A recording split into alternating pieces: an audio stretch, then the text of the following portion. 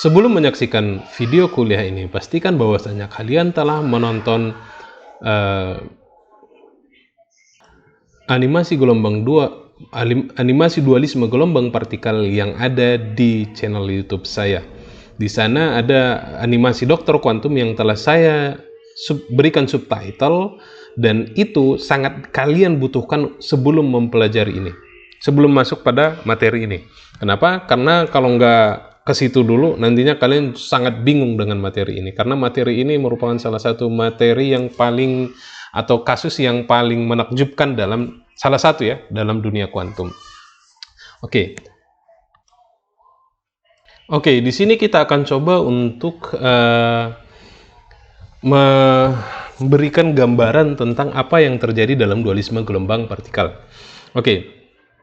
Saya akan ulang lagi dari video, jadi saya akan jelas dari video yang ada di YouTube saya akan coba jelaskan perlahan. Sekarang kita tinjau secara klasik. Artinya kita tinjau benda yang makroskopik. Contoh adalah kelereng. Ya, saya punya kelereng. Satu. Maka di sini saya punya celah 1 dan celah 2. Celah 1 di sini saya tutup, saya buka, yang celah 2 saya tutup ya. Jadi cuma ada satu celah. Nah, saya punya satu kelereng. Ketika saya tembakkan satu kelereng, maka saya akan mendapatkan kelerengnya di sini, ya kan?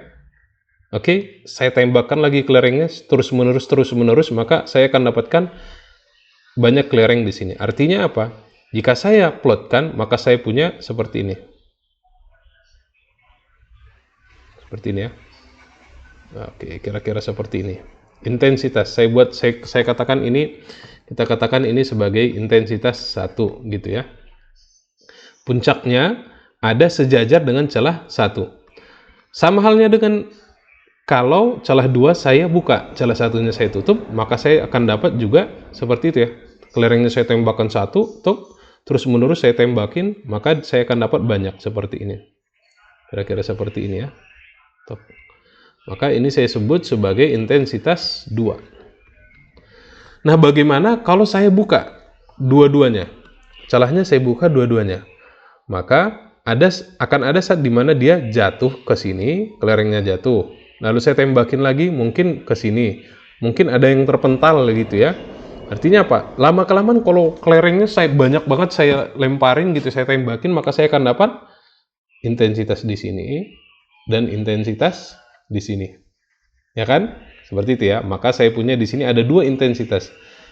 Intensitas di mana intensitas totalnya adalah I sama dengan I1 tambah I2. Gampang ya, nggak ada masalah ya. Itu tadi kalau kita tinjau adalah kelereng. Nah, bagaimana kalau kita tinjau adalah gelombang? Contoh air, ya kan? Saya buat air di sini, saya berikan gelombang. Maka bisa kita prediksi bahwasanya kita akan mendapatkan intensitas yang tingginya di sini. Yang tingginya sejajar dengan celah 1.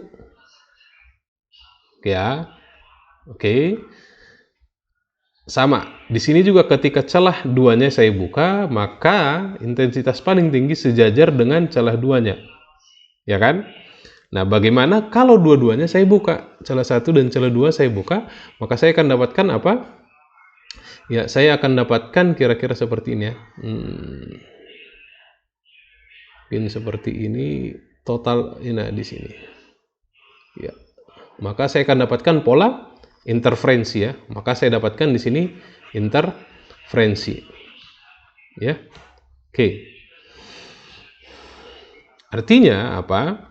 Jika ini adalah gelombang, saya buat intensitas 1 di sini sama dengan psi 1 ya. Lalu saya punya intensitas kuadrat ya, amplitudo kuadrat. Ingat, intensitas itu sama dengan amplitudo kuadrat. Amplitudo dari gelombangnya ya. I2 sama dengan psi 2 kuadrat. Maka I total I sama dengan, tidak bisa kita jumlahkan psi 1 kuadrat dan bukan psi 1 kuadrat plus psi 2 kuadrat, bukan. Kenapa? Karena ini merupakan fungsi gelombang. Beda halnya dengan kelereng tadi ya. Kalau kelereng kan bisa kita jumlahin I1 dan I2. Nah, karena ini perhatikan I1-nya di mana? Di sini, I2-nya di sini. I totalnya di mana? Di sini kan ada banyak nih pola interferensi, banyak garis. Maka kita tidak bisa jumlahkan seperti ini. Kenapa? Karena fungsi gelombang itu mempunyai komponen konjugatnya, bilangan real dan imajinernya. Ya, maka untuk jumlahannya saya buat di mana ya? Buat di sini. Maka saya buat warna merah. Maka saya punya I sama dengan gitu ya. Psi 1 tambah Psi 2 dikuadratkan. Ya kan? Yang mana ini hasilnya adalah Psi 1 kuadrat mutlak ya. Tambah Psi 2 kuadrat tambah ya, saya punya Psi 1 konjugat dengan Psi 2 tambah Psi 1 konjugat Psi 2. Nah, seperti ini. Oke, jadi tidak bisa kita jumlahkan langsung. Nah, konjugat ya. Ini Psi 1 star ini artinya konjugat. Star ya. Star, bintang seperti ini. Ya, konjugat. Konjugat. Nanti apa itu konjugat akan kita bahas nanti. Jadi ini tenang dulu ya. Nah, ini adalah penjumlahan dari intensitas gelombang yang menghasilkan interferensi. Dan ini adalah sifat dari fisika klasik. Nah, sekarang bagaimana kalau kita tinjau sekarang adalah dalam tinjauan kuantum? Kalau tadi kita tinjau adalah kelereng, sekarang kita tinjau elektron. Bagaimanakah hasilnya? Oke, sekarang kita tinjau bagaimana partikel pada tinjauan kuantum. Oke, kali ini kita akan menembakkan suatu elektron ya, atau menembakkan elektron ya. Elektronnya kita dapatkan dari mana? Elektronnya kita dapatkan dari laser yang kita tembakkan. Ingat, tadi kita sudah mengatakan bahwasannya cahaya itu merupakan partikel, mempunyai ya bisa kita anggap sebagai foton ya, di mana foton itu bisa kita anggap sebagai suatu partikel ya. Di mana artinya kita bisa mengatakan bahwasanya laser yang kita tembakkan bisa kita anggap sebagai kumpulan dari partikel-partikel yang sangat banyak. Ya, jadi saya punya sumber laser di sini. Ya, perhatikan. Ya, ketika kita tembakkan cahaya atau laser dari sini, maka kan akan banyak tuh, ya, tak seperti ini ya kira-kira ya. Dia akan menyebar kemana-mana dan akan ada cahaya yang langsung masuk ke sini. Maka apa yang kita dapatkan nantinya jika lama-kelamaan, maka kita akan mendapatkan intensitas yang seperti ini ya, I1 nggak ada masalah ya, sama ini tadi di celah 1 yang kita buka. Sekarang bagaimana kalau celah 2-nya yang kita buka? Maka kita akan dapatkan puncak intensitasnya sejajar dengan celah 2. Ini intensitas 2. Nah, sama halnya ya jika ini tadi adalah elektron atau partikel. Kalau dari tinjauan klasik tadi kita dapatkan seperti ini. Ada dua puncak atau dua garis yang sejajar dengan celah 1 dan celah 2. Namun bagaimana kalau kasusnya adalah elektron? Oke, kita tembakkan gitu ya, tak dan seterusnya, kita tembakkan. Namun yang terjadi apa? Setelah kita tembakkan dan kita tunggu dalam waktu seberapa lama, yang kita dapatkan adalah adanya pola interferensi seperti yang terjadi pada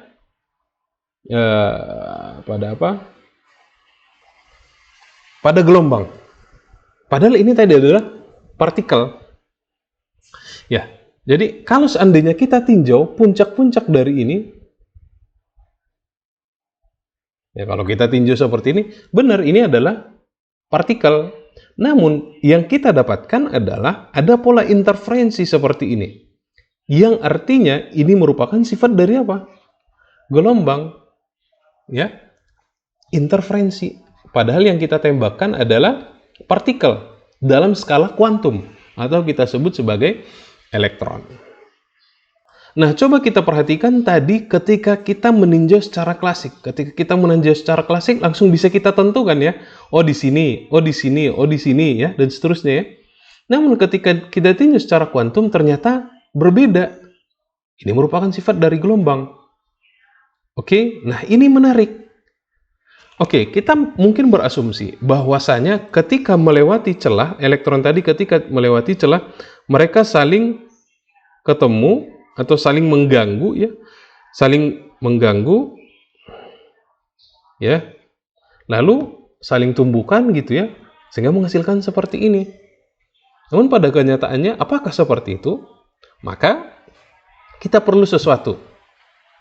Kita perlu sesuatu untuk memastikan, oke, sekarang saya mau tahu dari mana sih elektronnya lewat, apakah dari celah satu ataupun celah dua. Maka sekarang saya coba menembakkan elektron satu persatu. Nah, kita coba tembakkan elektron satu persatu. Satu persatu, artinya energinya bisa kita turun, atau tegangan yang ada di sumber energi laser tadi bisa kita turunkan. Lalu, bagaimana caranya kita mengetahui bahwasanya elektron lewat dari celah mana?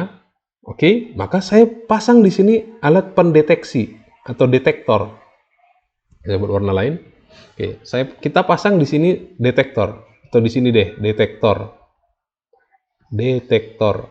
Untuk mengetahui elektron mana yang lewat. Celah mana yang dilewati oleh elektron. Oke, ternyata ketika saya lihat, ternyata saya temukan di sini, ini ingat, ini tadi satu persatu ya.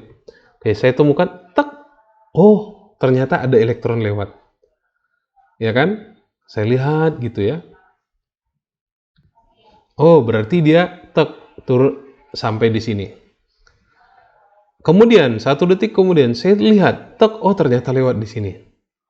Berarti saya tahu, lewat di sini. Ternyata lewat di sini. Gini terus ya. Terus sampai beberapa jam kemudian saya cek, ternyata hasil yang saya dapatkan apa? Kita kembali, ini merupakan hasil dari apa?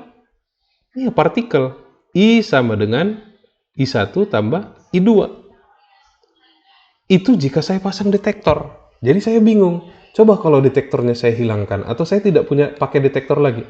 Saya dapatkan seperti ini, pola interferensi. Ketika saya pasang detektor untuk melihat elektron mana, atau celah mana yang dilewati elektron, saya mendapatkan pola seperti ini. Pola partikel, atau pola kelereng tadi. Itu artinya apa? Perhatikan. Saya kan tadi tujuannya adalah ingin mengetahui celah mana yang dilewati oleh elektron. Artinya saya harus mengukur dong. Saya harus mengukur celah mana yang dilaluinya. Pengukurnya saya gunakan detektor. Oke? Nah, ternyata ketika saya pasang detektor, elektron berperilaku beda, lain. Dia kembali ke sifatnya yang semula. Tapi ketika saya tidak pasang detektor, dia berperilaku lain. Jadi, artinya apa? Ketika kita memasang detektor di sini, maka itu artinya apa? Maka kita telah merusak sistem. Maksudnya bagaimana, Pak? Jadi begini, saya sebutkan dulu. Bahwasanya dalam kuantum, ini penting. Ini salah satu perbedaan dunia kuantum dengan dunia klasik. Dalam kuantum, pengukuran akan merusak sistem. Merusak sistem. Akan merusak. Kenapa bisa merusak, Pak? Tadi kan kita ingin mengetahui mana elektron yang lewat. Namun ternyata ketika kita ukur, sifat gelombang dari partikel tadi hilang. Rusak. Kembali dia menjadi sifat partikel. Namun ketika tidak kita ukur, maka dia memunculkan sifat gelombang. Inilah yang kita sebut dengan dualisme gelombang partikel. Ketika kita amati cahaya, ketika kita amati sifat partikelnya, maka kita mendapatkan gelombang. Namun ketika kita amati sifat gelombangnya, maka yang kita dapatkan adalah sifat partikelnya. Bingung? Tenang aja. Ya, itu artinya apa? Dalam dunia kuantum, ya, maka sebentar. Kalau dalam dunia klasik seperti apa? Contoh saya menjatuhkan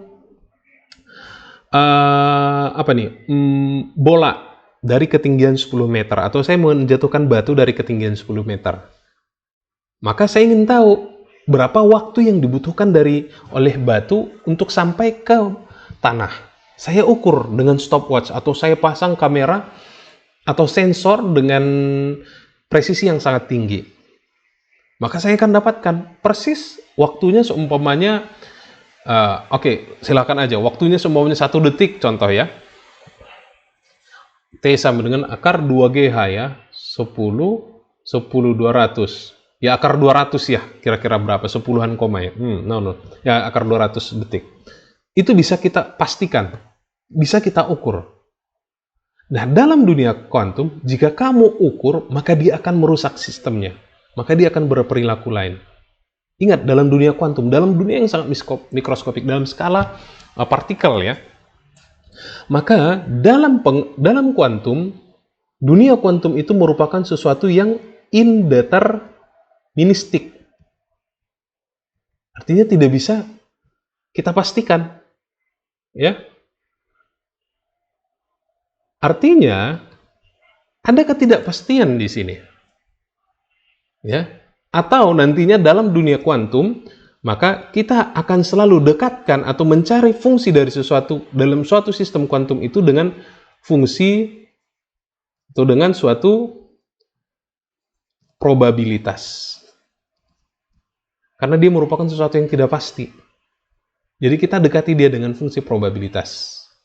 Bagaimana fungsi probabilitas itu nanti akan kita pelajari.